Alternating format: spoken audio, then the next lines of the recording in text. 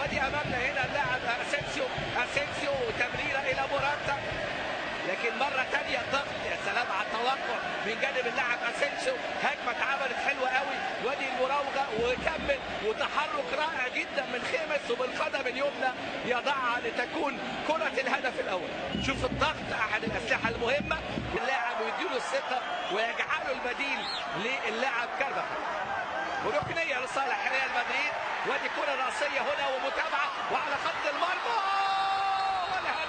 الهدف موراتا يسجل في الدقيقه 18. يضع ريال مدريد في مقدمه. ادي راسيه من جانب ناتشو الحقيقه المجتهد، وادي امامنا هنا. شوف يا سلام يا سلام على ناتشو. اقول لحضراتكم اللاعبين اللي لافتين الانظار الحقيقه بالتزامهم وانضباطهم وروحهم العاليه، وخاف يكون متسلل.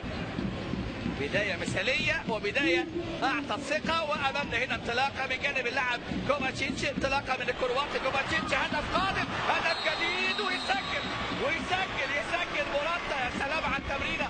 كوفاتشيتش بيلعبوا بثلاث شهر اللي لعبوا طبعا شاموت، لاعب الأرجنتيني اللي لعب في لاتسيو اتلتيكو في الميلان. ادي انطلاقة هنا في محاولة وفي مساحة، وادي تقدم من جانب اللاعب ريكو، وهدف. يسجل هنا في هذه اللحظات جابرييل بيريرا. وادي امامنا ركنيه خطيره راسيه، لوسيانو.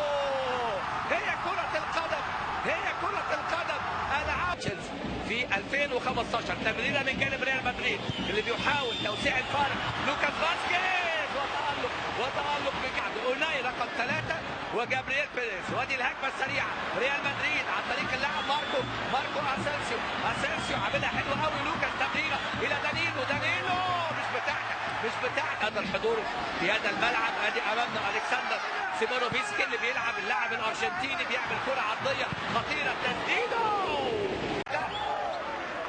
خيمس رودريجيز جاب هدفه الثالث هذا الموسم. ادي راسيه وهاتريك موراتا في 168 مباراه. ادي كوره روعه حلوه جدا، لمست في راس امامنا اللاعب لوسيانو. ادي امامنا الاعاده ولمست في، يلعب كوره جميله، استلام وكوفاتشيتش طمع فيها كوفاتشيتش.